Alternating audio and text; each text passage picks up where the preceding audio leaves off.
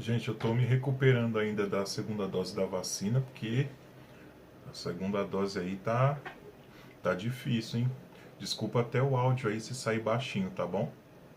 Fala galera, sejam todos bem-vindos. Eu sou o Luciano do Militantes Espíritas. Se inscreva no canal, deixe seu like, curte, comenta, compartilha. Tamo junto e bora pro vídeo.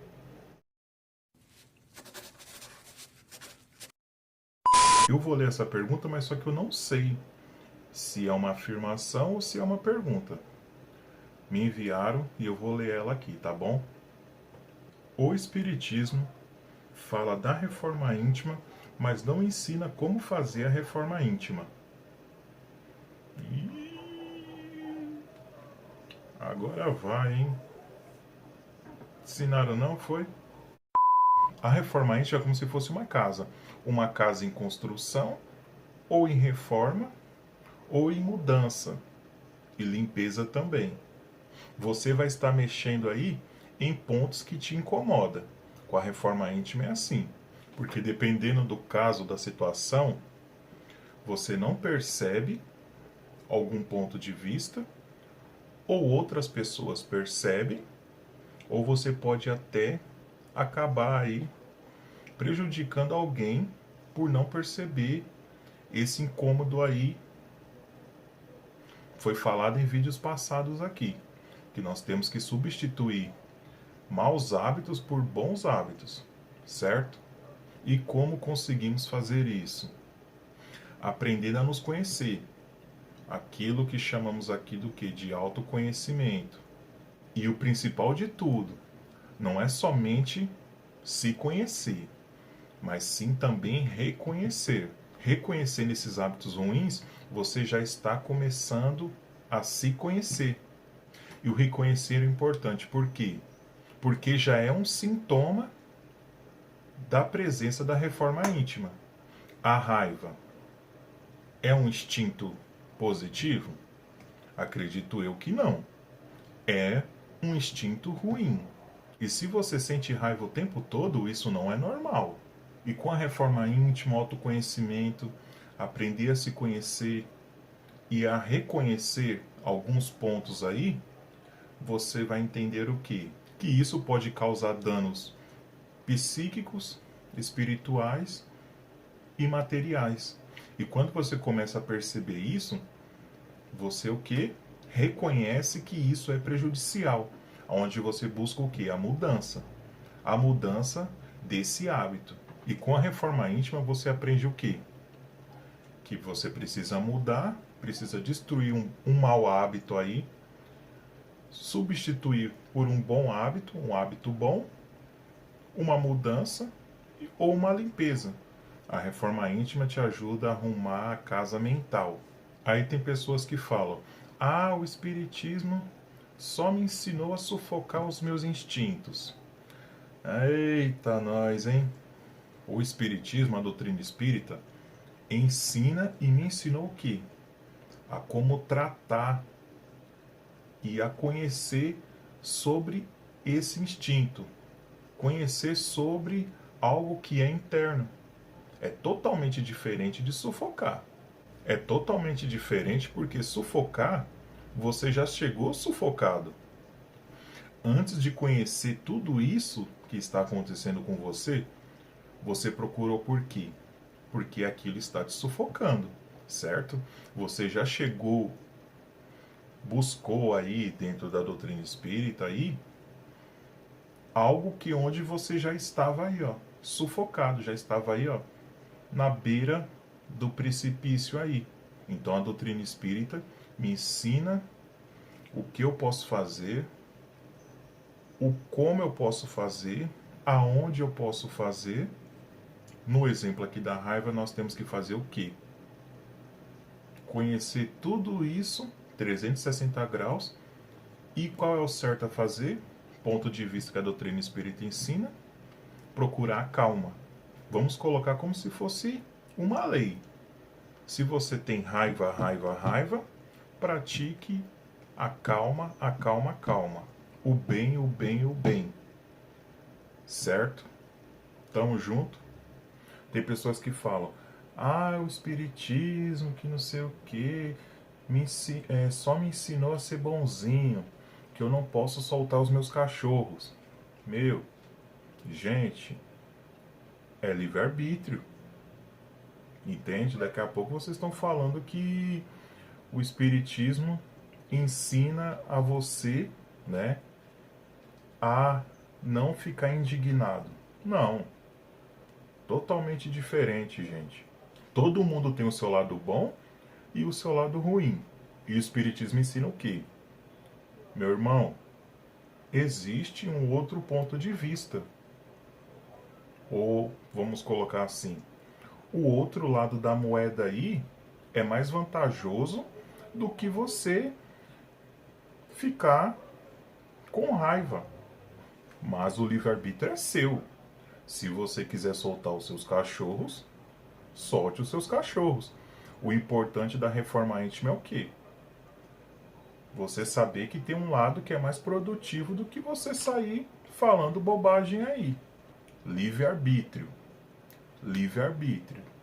Eu vejo muitos espíritas, muitos ex-espíritas aí que falam que os espíritas querem falar manso para mostrar evolução, mas só que são todos falsos.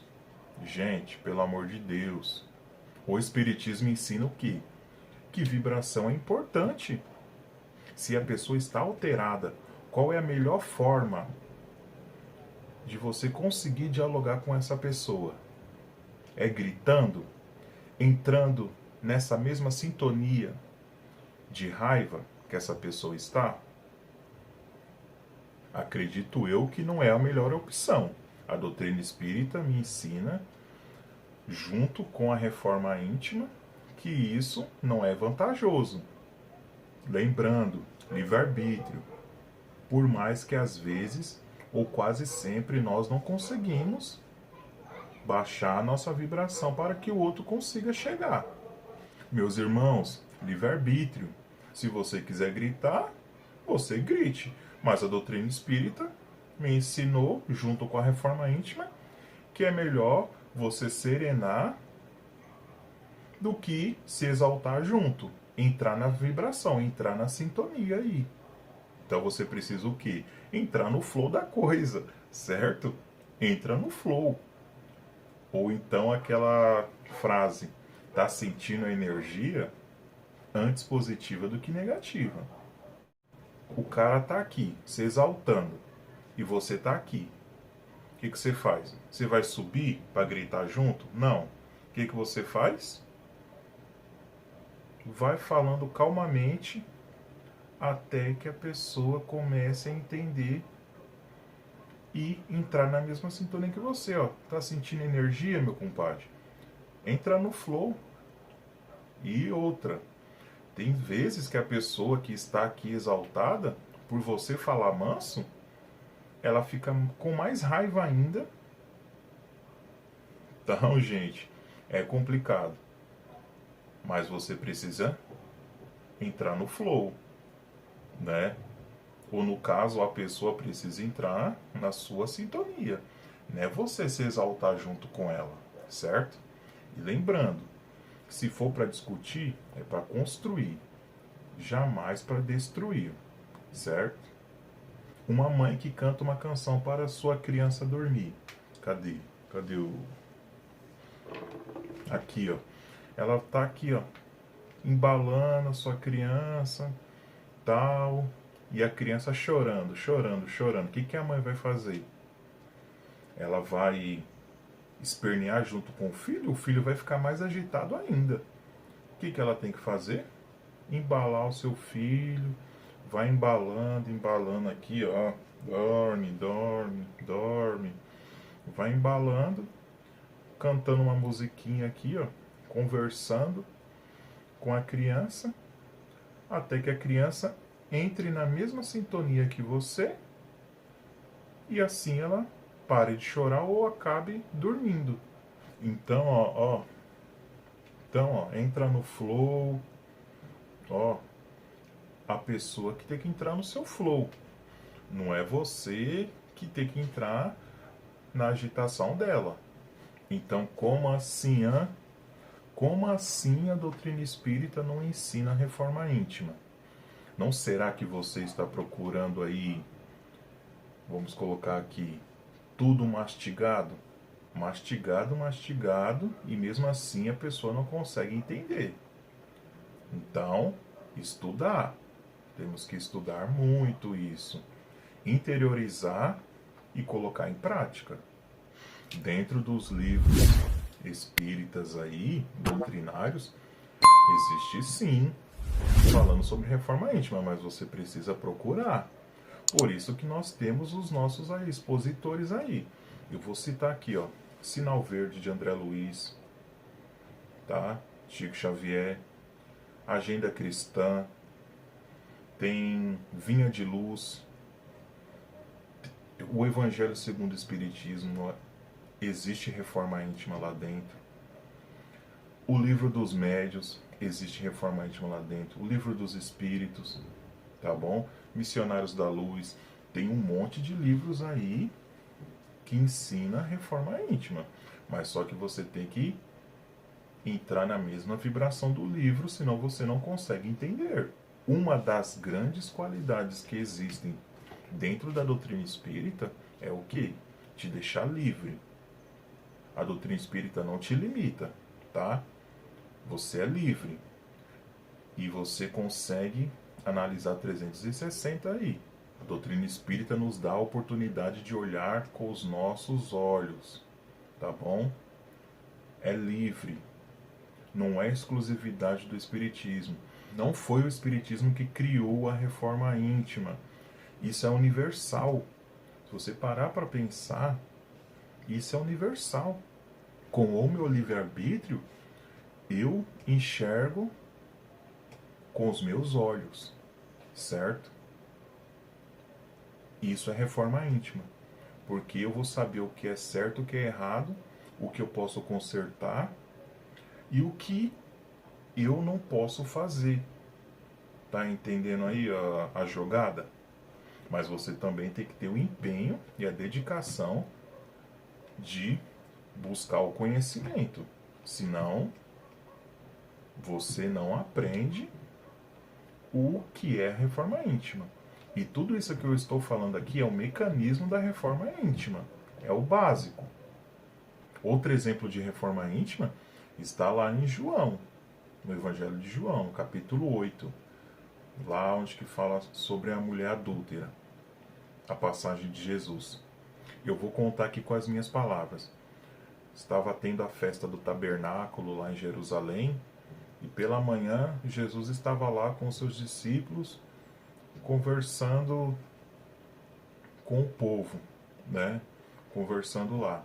Aí onde que chega um pessoal lá fazendo barulho e chamando a mulher de adúltera. E as pessoas pedindo a condenação daquela mulher que tinha acabado de cometer o adultério. Mas só que ali eles estavam querendo testar Jesus, certo? Tanto que diz que na passagem eles chamaram Jesus de mestre. Eles nem consideravam Jesus mestre, mas chamaram, né, Jesus de mestre. Tanto que, vamos colocar assim, o golpe tá aí, cai quem quer, né? Eles não consideravam os ensinamentos de Jesus correto, porque naquele momento eles chamaram ele de mestre, certo? É fogo, né? Aí foi lá Jesus, diz que ele se ajoelhou no chão e escreveu, né?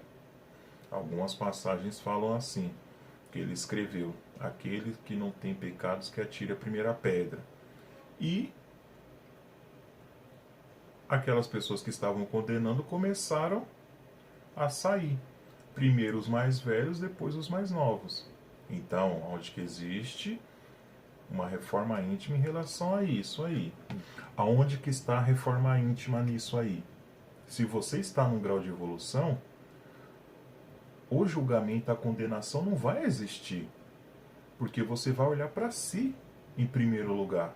Quanto mais evoluído for a sua moral, você não vai condenar, você não vai julgar. Com a reforma íntima, quanto mais evoluído você for, mais você dá oportunidade para o próximo, certo? Mais oportunidade você vai dar. Foi o que Jesus fez, certo? E Jesus, com a sua evolução moral e espiritual, deu a lição do que aqui? No meu ponto de vista aqui, a reforma íntima está baseada em que? Quanto mais evoluídos estivermos, vamos corrigir, mas de uma forma educativa, doutrinária, sem julgamentos, certo? Foi o que Jesus fez. E Jesus falou o quê? Cadê aqueles que te condenavam? Sumiram. O que aconteceu? Ele falou, eu também não condeno você. Vai e não peques mais. Então, de uma forma doutrinária aqui e pacífica, isso mostra um exemplo de reforma íntima. Quanto mais evoluído estivermos, não vamos ficar aí julgando, castigando, certo? Prejudicando e fora outras coisas aí que nós estamos acostumados a fazer. Olha o exemplo de reforma íntima aqui. Por isso que os Espíritos colocaram lá na questão 625 do Livro dos Espíritos. Qual é o ser mais perfeito que passou aqui na Terra para servir de guia e modelo? Estou colocando com as minhas palavras, mas está lá na questão 625. Eles colocaram quem? Jesus. E se Deus é amor o tempo todo, o que os Espíritos colocaram lá na questão 621 do Livro dos Espíritos? Aonde está escrito a lei de Deus? Na consciência, os Espíritos responderam. Então, se Deus é amor, o que Jesus fez? Mostrou o amor em prática com aquela irmã, que também merecia o perdão, que aquilo não era o certo a fazer. E Jesus aqui mostrou na prática os ensinamentos e mostrou de uma forma doutrinária, mostrando a reforma íntima, chamando a reflexão daqueles que achavam que estavam no direito de apedrejar por causa de uma lei, aqueles que achavam que estavam no direito de apedrejar aquela mulher, colocaram a mão na consciência, não, eu acho que eu errei, eu já errei também, por que eu vou atirar uma pedra aí? O que Jesus fez serviu de lição para ela, por quê? Para que ela não cometa mais um erro desses, e serviu de lição para aqueles que queriam apedrejar ela, porque eles com certeza foram embora, porque em algum momento eles poderiam errar e iriam ser apedrejados, eles iriam querer o perdão. Por mais que está na lei, eles iriam achar injusto ser apedrejado. Por isso que eles foram embora. Olha a consciência. Olha a consciência chamando para a reflexão. Isso é reforma íntima. Dentro da doutrina espírita, ensina, sim, como se faz a reforma íntima, certo? Mas precisa pesquisar aí. Galera, gratidão, obrigado de coração, tamo junto. Então, se inscreva no canal, deixe seu like, curte, comenta, compartilha. Tamo junto. Até o próximo vídeo, tá bom? Fui!